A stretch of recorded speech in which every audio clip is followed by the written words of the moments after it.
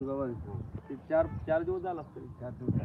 तर मित्रांनो 4 दिवस झालं आमचं मामा बाळमामाच्या मेंढराच्या शेवेला आल्या.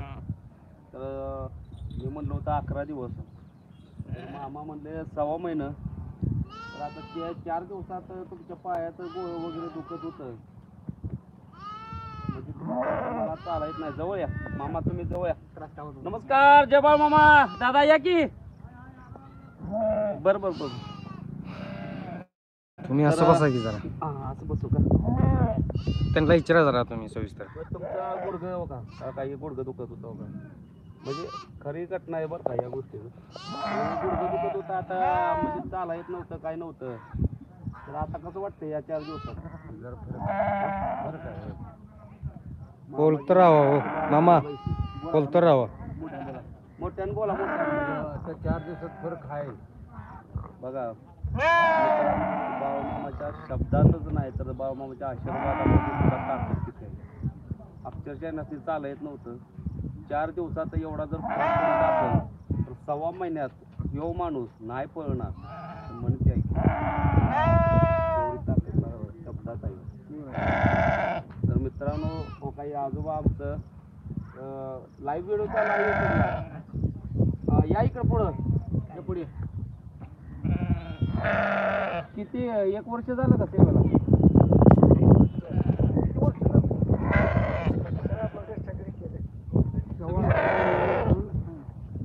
आता 18 वर्ष वर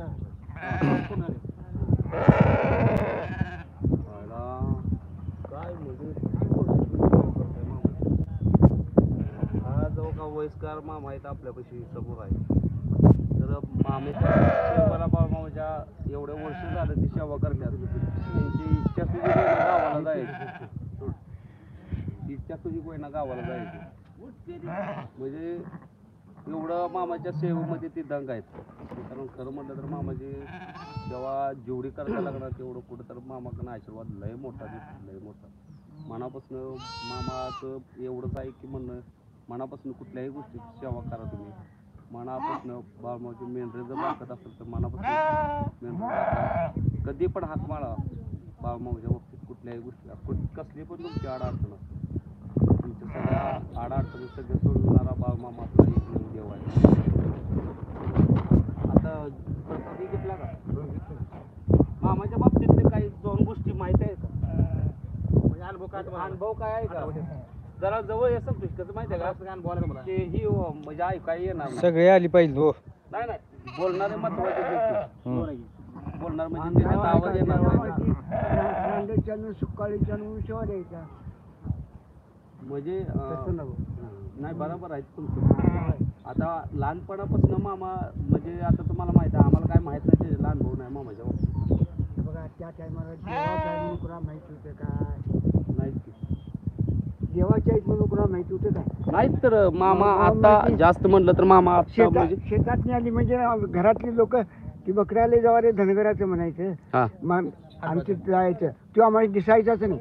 हा मग पाठीमा तिथे गेला, तिथे धूर गेला म्हणजे बकऱ्यात पाठीमागनं रांड्याच्या सुकाळीच्या शेवट होता मामा त्या टायमाला. तुम्हाला होय. अरे बापरे, म्हणजे मामा असताना तुम्ही त्या टायमाला होता?